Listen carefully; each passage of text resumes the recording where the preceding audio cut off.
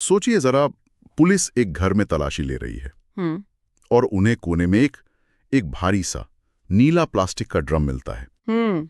जब वे उसे हिलाने की कोशिश करते हैं तो वो अपनी जगह से टस से मस नहीं होता और फिर पता चलता है कि वो ऊपर तक सीमेंट से भरा हुआ है। अब सवाल ये उठता है कि घर के अंदर सीमेंट से भरे ड्रम का क्या काम? बिल्कुल।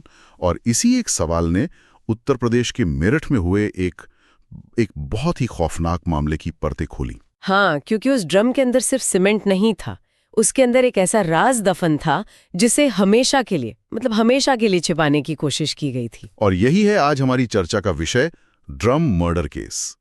हमारे पास जो जानकारी है वो इस पूरे मामले का एक विस्तृत ब्यौरा देती है। आज हमारा मकसद सिर्फ इस अपराध की कहानी सुनाना नहीं है, बल्कि उस मानसिकता को समझने की कोशिश करना है जो किसी इंसान को इस हद तक ले जाती है। बिल्कुल। चलिए इस मामले की गहराई में उतरते हैं, क्योंकि ये सिर्फ एक हत्या का मामला नहीं है। जैसा कि जांच में सामने आया, ये घरेलू हिंसा, टूटे हुए रिश्ते और एक बहुत ही ठंडे दिमाग से की गई सोची समझी साजिश का एक गंभीर उदाहरण है। हाँ, और अपराध को छिपाने के लिए जो तरीका अपनाया गया वो अपने आप में ही बहुत कुछ कहता है। बहुत कुछ। तो सबसे पहले ये समझते हैं कि ये मामला आखिर था क्या। जैसा कि नाम से पता चल रहा है, एक व्यक्ति की हत्या हुई, लेकिन ये कोई आम हत्या नहीं थी। नहीं, बिल्कुल नहीं। हत्या के बाद लाश को ठिकाने लगाने का जो तरीका था वो रो कंपा देने वाला था। पर क्या हुआ था? जांच में ये पता चला कि पहले तो पहचान छिपाने के लिए शव के कई टुकड़े किए गए। ये अपने आप में एक बेहद घिनौना काम है। और फिर उन टुकड़ों को एक प्लास्टिक के ड्रम में डालकर ऊपर से सीमेंट भर दिया गया। हाँ, ऊपर से सीमेंट। मुझे लगता है इसके पीछे दो वजह रही होंगी। पहली, कि शव किसी को कभी ना मिले। सही है। और दूसरी, जो शायद ज्यादा जरूरी थी, कि लाश सड़ने की बदबू बाहर ना आए और किसी को शक ना हो। यही बात इस अपराध को एक अचानक हुए गुस्से वाले अपराध से अलग करती है। आप सोचिए, सीमेंट खरीदना, उसे घोलना, ड्रम में भरना। हाँ, इसमें वक्त और मेहनत दोनों लगते हैं। बिल्कुल, ये दिखाता है कि ये एक सोची समझी योजना थी।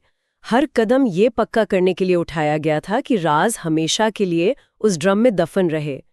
ये अपराधियों के आत्मविश्वास को भी दिखाता है कि उन्हें लगा वो पकड़े नहीं जाएंगे। इस तरह का अपराध देखकर मन में पहला सवाल यही आता है कि आखिर कौन होगा जिसने ये किया, और क्यों? और हैरानी की बात यह है कि कातिल कोई बाहर का नहीं था। अच्छा। हाँ, हमारे पास जो जानकारी है वो बताती है कि मरने वाला व्यक्ति एक पति था और आरोपी कोई और नहीं बल्कि उसकी अपनी पत्नी और पत्नी का प्रेमी थे। ओह, तो ये मामला। हाँ, यहीं पर कहानी का सबसे दुखद और जटिल पहलू सामने आता है।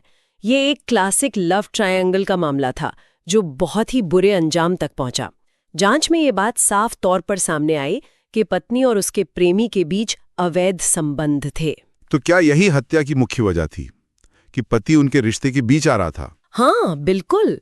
रिपोर्ट्स के अनुसार पति को इस रिश्ते की भनक लग गई थी, या कम से कम उसे गहरा शक तो हो ही गया था। और इस वजह से घर में झगड़े होते होंगे। बहुत ज्यादा। वो पति उनके रिश्ते में एक रुकावट बन चुका था, और जब ये रुकावट बर्दाश्त से बाहर हो गई तो उसे रास्ते से हटाने की साजिश रची गई। मतलब एक रिश्ते को जारी रखने के लिए एक जिंदगी खत्म कर दी गई। अगर हम इसे थोड़ा और समझने की कोशिश करें तो ये सिर्फ एक अवैध संबंध का मामला नहीं लगता। नहीं, ये उससे कहीं ज्यादा गहरा है। ये हमें समाज में रिश्तों के टूटने और उसके कितने भयानक परिणाम हो सकते हैं उसकी एक झलक देता है। सही बात है। ये मामला हमें ये भी सोचने पर मजबूर करता है कि जब बातचीत के सारे रास्ते बंद हो जाते हैं और रिश्ते में कड़वाहट भर जाती है तो हालात कितने बिगड़ सकते हैं। यहाँ किसी ने बैठकर समस्या को सुलझाने की कोशिश नहीं की, बल्कि समस्या को ही जड़ से खत्म करने का फैसला कर लिया। एग्जैक्टली। मैं ये समझने की कोशिश कर रहा हूं कि इस तरह का प्लान बनाने में कितना वक्त और कैसी सोच लगती होगी। क्या ये लोग रोजमर्रा की जिंदगी जीते हुए साथ साथ ही साजिश रच रहे थे? ये सोचना ही डरावना है। हाँ, और इसी वजह से इसे कोल्ड ब्लडेड यानी ठंडे दिमाग से की गई हत्या कहा जाता है। जानकारी के मुताबिक इस योजना के कई चरण थे। ये किसी पल भर के गुस्से का नतीजा नहीं था। क्या थे वो चरण? मतलब कैसे किया उन्होंने ये सब? देखिए, सबसे पहले पति को रास्ते से हटाने के लिए उसे काबू में करना जरूरी था। ओके। इसलिए उसे खाने या पीने की किसी चीज में नशीला पदार्थ दिया गया ताकि वो कोई विरोध ना कर सके, कोई शोर न मचा सके। ये पहला कदम ही दिखाता है कि कितनी प्लानिंग की गई थी। और जब वो बेहोश हो गया, हाँ, तब उसकी हत्या कर दी गई। हाँ। लेकिन इसके बाद जो हुआ वो इस केस को और भी खौफनाक बना देता है। बिल्कुल। इसके बाद का कदम था पहचान मिटाना। शव के टुकड़े किए गए। अब यहाँ हमें 1 मिनट रुककर सोचना होगा। किसी इंसान के शरीर के टुकड़े करना, खासकर उस इंसान के जिसे आप जानते हो, ये सिर्फ सबूत मिटाने से कहीं ज्यादा है। मतलब ये उस इंसान के वजूद को ही मिटा देने की एक मनोवैज्ञानिक कोशिश है। आप उसे एक इंसान के तौर पर देखना बंद कर देते हैं। वो आपके लिए बस एक समस्या बन जाता है जिसे ठिकाने लगाना है। ये सुनकर ही सिहरन होती है। फिर उन टुकड़ों को ड्रम में डाला गया और आखिर में सीमेंट से भर दिया गया, जैसे किसी चीज को हमेशा के लिए दफना देना। हाँ, ये अपराधियों के क्रूर और कैलकुलेटेड दिमाग को दिखाता है। उन्हें लगा कि उन्होंने एक परफेक्ट क्राइम किया है। कोई शव नहीं, कोई गवाह नहीं, कोई सबूत नहीं, बस एक भारी सा ड्रम जिसे कोई बेवजह नहीं छेड़ेगा। सही, लेकिन वो कहते हैं ना, अपराध जितना भी चालाकी से किया जाए, सच्चाई छिप नहीं सकती। और यहाँ भी वही हुआ। आरोपियों को लगा होगा कि वे बच जाएंगे, लेकिन अक्सर अपराधी कोई ना कोई सुराग छोड़ ही जाता है। हाँ, पुलिस की जांच तब शुरू हुई जब पति काफी समय तक किसी को दिखाई नहीं दिया और उसके लापता होने की रिपोर्ट दर्ज हुई। तो पुलिस ने सबसे पहले क्या किया? पत्नी से पूछताछ की होगी। बिल्कुल, जो एक सामान्य प्रक्रिया है, और यहीं से मामला खुलना शुरू हुआ। पूछताछ के दौरान पत्नी के बयान बार बार बदल रहे थे। अच्छा। हाँ, वो कभी कुछ कहती, कभी कुछ और। उसके बयानों में कोई तालमेल नहीं था, और यही पुलिस के लिए पहला बड़ा रेड फ्लैग था। अनुभवी जांच अधिकारी चेहरे के हावभाव और बदलते बयानों से झूठ को पकड़ लेते हैं। तो पुलिस का शक गहराता गया होगा। हाँ, बिल्कुल, लेकिन शक को सबूत में बदलने के लिए कुछ ठोस चाहिए था, और वो ठोस सुराग वो प्रकृति ने खुद दिया। कैसे? कुछ समय बाद घर के अंदर से एक अजीब सी एक बदबू आने लगी। सीमेंट की मोटी परत भी उस गंध को पूरी तरह से नहीं रोक पाई। और जब पुलिस को इस बदबू की सूचना मिली, तब उन्हें उस ड्रम पर शक हुआ होगा। एग्जैक्टली। और फिर कहानी में वो अहम मोड़ आया। पुलिस ने जब उस सीमेंट से भरे ड्रम को तोड़ा, तो अंदर का नजारा देखकर सब हैरान रह गए। अंदर से इंसान के शरीर के टुकड़े मिले और पूरी साजिश का पर्दाफाश हो गया। ये तो किसी फिल्म की कहानी जैसा लगता है। हाँ, अक्सर बड़े मामलों का खुलासा ऐसी ही छोटी छोटी गलतियों से होता है। यहाँ पत्नी के बदलते बयान और वो बदबू, ये 2 ऐसे धागे थे जिन्हें पकड़कर पुलिस पूरी साजिश तक पहुंच गई। मामला खुलने के बाद जाहिर है कि आरोपियों पर कानूनी कार्रवाई हुई होगी। हमारे पास जो जानकारी है उसमें भारतीय दंड संहिता यानी आईपीसी की कुछ गंभीर धाराओं का जिक्र है। हाँ, इस मामले में 3 मुख्य धाराएं लगाई गईं। सबसे पहली और सीधी धारा थी आईपीसी 302 यानी हत्या। हाँ, हत्या का आरोप। इसका मतलब है कि अभियोजन पक्ष आरोपी के लिए उम्र कैद या फांसी तक की सजा की मांग कर सकता है।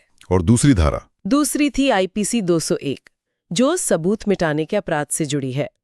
शव को टुकड़ों में काटना, उसे ड्रम में डालना और फिर सीमेंट से भरना, ये सब सबूत मिटाने की एक बहुत बड़ी कोशिश थी। ये भी अपने आप में गंभीर अपराध है। बिल्कुल।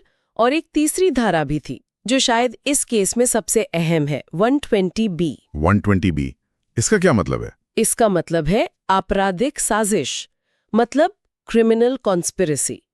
देखिए, धारा 302 ये साबित करती है कि हत्या हुई है, लेकिन 120B ये साबित करती है कि ये हत्या अचानक गुस्से में नहीं, बल्कि 2 या 2 से ज्यादा लोगों द्वारा मिलकर पूरे योजना के साथ की गई है। अच्छा, तो ये प्री प्लान्ड वाला एंगल ले आती है। हाँ, पुलिस को ये दिखाना पड़ता है कि हत्या से पहले दोनों आरोपियों के बीच इसे करने का एक समझौता, एक मीटिंग ऑफ माइंड्स हुई थी। ये इस केस को एक क्राइम ऑफ पैशन से उठाकर एक प्री प्लान्ड कंस्पिरेसी का दर्जा देता है, जिससे सजा और भी कठोर हो सकती है। तो कानून की नज़र में ये सिर्फ हत्या नहीं, बल्कि हत्या की साजिश और फिर सबूत मिटाने का एक संगठित अपराध था। जाहिर है इस केस का समाज पर भी बहुत गहरा असर पड़ा होगा। बहुत गहरा असर पड़ा। जानकारी बताती है कि जब ये मामला सामने आया तो लोगों में डर और गुस्सा दोनों था। ये स्वाभाविक भी है, जब कोई इतना भयानक अपराध सामने आता है तो समाज हिल जाता है। इसने घरेलू विवादों की गंभीरता को सबके सामने ला दिया। लोग ये सोचने पर मजबूर हो गए होंगे कि उनके आसपास बंद दरवाजों के पीछे क्या कुछ हो सकता है। बिल्कुल, ये मामला समाज के लिए एक चेतावनी बन गया कि अवैध संबंध, गुस्सा और संवाद की कमी किस तरह पूरे परिवार को बर्बाद कर सकती है। ये सिर्फ एक अपराध की कहानी नहीं, बल्कि एक सामाजिक सबक भी है। अंदाज कर देते हैं वे कभी कभी कितना भयानक रूप ले सकती हैं। तो ड्रम मर्डर केस की इस कहानी से हमें कई बातें पता चलती हैं। पहली कि अपराध को छिपाया नहीं जा सकता, चाहे कितनी भी चालाकी से योजना बनाई जाए। दूसरी, घरेलू समस्याओं का हल हिंसा कभी नहीं हो सकती। और तीसरी कि कानून की पकड़ से बचना लगभग नामुमकिन है। बिल्कुल, जैसा कि स्रोत के निष्कर्ष में भी कहा गया है, ये केस साबित करता है कि अपराधी कितनी भी चालाकी करे, सच एक दिन सामने आ ही जाता है। ये एक चेतावनी है कि लालच, गुस्सा और अवैध संबंध इंसान को किस तरह हैवान बना सकते हैं। इस पूरे मामले पर बात करते हुए एक सवाल मेरे मन में बार बार आ रहा है। क्या? स्रोत हमें ये बताते हैं कि अपराध कैसे हुआ और उसका खुलासा कैसे हुआ, लेकिन हत्या और खुलासे के बीच के उस समय का क्या? कोई इंसान अपने ही घर में एक ऐसे ड्रम के साथ जिसमें एक लाश सीमेंट में दफन हो, दिन प्रतिदिन कैसे रह सकता है? ये एक बहुत ही गहरा सवाल है। रोज सुबह उठना, चाय पीना, काम करना, और ये जानते हुए कि कुछ ही फुट की दूरी पर